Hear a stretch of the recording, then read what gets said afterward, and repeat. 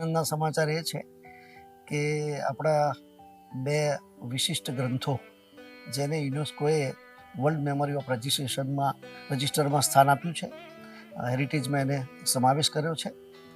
આપણે શું જાણીએ છીએ કે બે જે ગ્રંથો આપણા છે એમાં એક શ્રીમદ ભગવદ્ ગીતા અને ભરત મુનિનું નાટ્યશાસ્ત્ર, એ બંને તત્વજ્ઞાન અને કલા એ બંનેના ક્ષેત્રના સૌથી શિરમોર ગ્રંથો છે. આ શ્રીમદ ભગવદ્ ગીતાની આપણે જો વાત કરીએ પહેલાં તો ભીષ્મ પર્વ અંતર્ગત શ્રીમદ ભગવદ્ ગીતાનું ગાન ભગવાન કૃષ્ણએ મહાભારતના યુદ્ધ દરમિયાન કર્યું. અને આપણે ત્યાં તત્વજ્ઞાનની અને જ્ઞાનની બહુ લાંબી પરંપરા રહી છે. એમાં જ્ઞાન, કર્મ અને ભક્તિ એ ત્રણેય વિષય જુદી જુદી મીમાંસા થઈ છે. અને ઋતે જ્ઞાનાત ન મુક્તિ, જ્ઞાન સિવાય મુક્તિ નથી, એવી આપણે ત્યાં બહુ મોટી અદ્વૈતવાદી જે તત્વ ફિલોસોફી છે એ રૂઢ થઈ છે. પણ બધા જ લોકો જ્ઞાન તરફ આકર્ષી ન શકે, કારણ કે એના માટે સંન્યાસ બહુ આવશ્યક હતી બાબત. એટલે શ્રીમદ ભગવદ્ ગીતા ગ્રંથમાં જ્ઞાન, કર્મ અને ભક્તિ ત્રણેયનો સમન્વય કરવામાં આવ્યો, એની ત્રિવેણી કરવામાં આવી. અને 6 અધ્યાય જ્ઞાન માટે, કર્મ માટે અને ભક્તિ માટે એક અલગ રીતે આપવામાં આવ્યા, જેમાં જ્ઞાન માર્ગીઓને અનુકૂળ હોય તો જ્ઞાન માર્ગનું અનુસરણ કરે, કર્મ માર્ગી હોય તો કર્મનું અનુસરણ કરે, અને ભક્તિ માર્ગી હોય તો ભક્તિનું અનુસરણ કરે. અને આ ત્રણેયનો સમન્વય એ માનવતા માટે બહુ આવશ્યક છે. એટલે આખો જે ભગવદ્ ગીતા ગ્રંથ છે એ માનવતાથી છલોછલ ગ્રંથ છે, મનુષ્ય માત્રનો ગ્રંથ છે, કોઈ પરંપરા, કોઈ ધર્મનો ગ્રંથ નથી.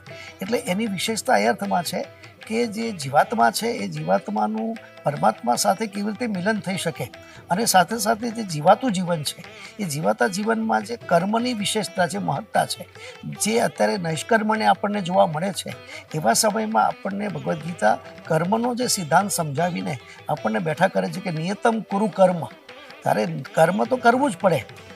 ફળ મળે કે ન મળે, ફળની અપેક્ષા હોય કે ના હોય, પણ કર્મ કર્યા વિના મનુષ્ય માત્ર એ ચાલવાનું નથી. એટલે જે અકર્મણ્યતા, નિષ્કર્મણ્યતા એ સમાજમાં વ્યાપી જાય અને મારે કંઈ કરવા નહીં, માત્ર હું જ્ઞાન માર્ગનું અનુસરું છું, એવો એને ઉપદેશ નથી. એટલે એનો કર્મ સંન્યાસમાં એનો આપણે કેટલાક આચાર્યોએ એનું અર્થઘટન ઘટાડ્યું છે.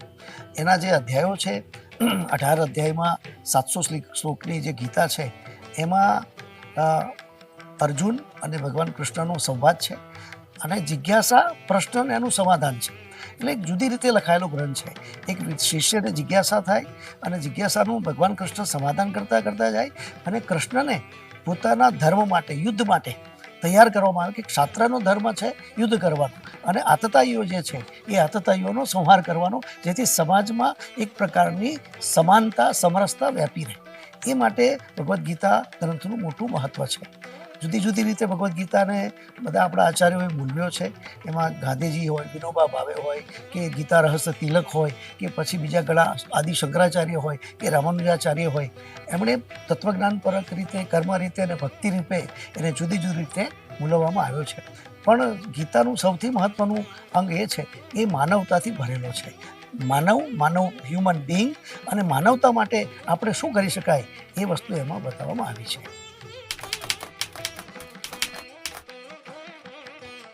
ગીતા સમસામયિક ગ્રંથ છે, એટલે જે તે સમયની સમસ્યાઓનું સમાધાન તો એમાં હતું જ, પણ આજની જે વર્તમાન સમય જે છે, સમસામયિક સમય છે, એની જે સમસ્યાઓ છે એ સમસ્યાઓનું પણ સમાધાન એમાં આપવામાં આવ્યું છે. જેમ કે અત્યારે stress management, food management, behaviour science, આ બધી જ વસ્તુ ભગવદ્ ગીતામાં છે. અને જો એને સાયન્સની દૃષ્ટિએ માત્ર ધર્મગ્રંથ તરીકે જોવાની જરૂર નથી. ધર્મગ્રંથ તો છે જ, પણ સાથે સાથે જ્ઞાન વિજ્ઞાનથી ઓતપ્રોત થયેલો ગ્રંથ છે. એટલે એમાં આવા જે નવા વિષયો જે છે એ વિષયોને પણ આપણે એમાં જોઈ શકીએ, અને એના સમાધાન પણ આપણને પ્રાપ્ત થઈ શકે એવું એ વિશાળકાય ગ્રંથ છે, કે જેમાંથી એક તો અત્યારે જે નકારાત્મકતા, નેગેટિવિટી અને એક પ્રકારનું સમાજમાં જે પ્રકારની નિરાશા, દૈન્ય, દીનતા જ્યારે વ્યાપી પડે, ત્યારે માત્ર વ્યક્તિને નહીં પણ સમાજને, સમગ્ર સમાજને પણ બેઠો કરવાની ક્ષમતા આ ગ્રંથમાં રહેલી છે.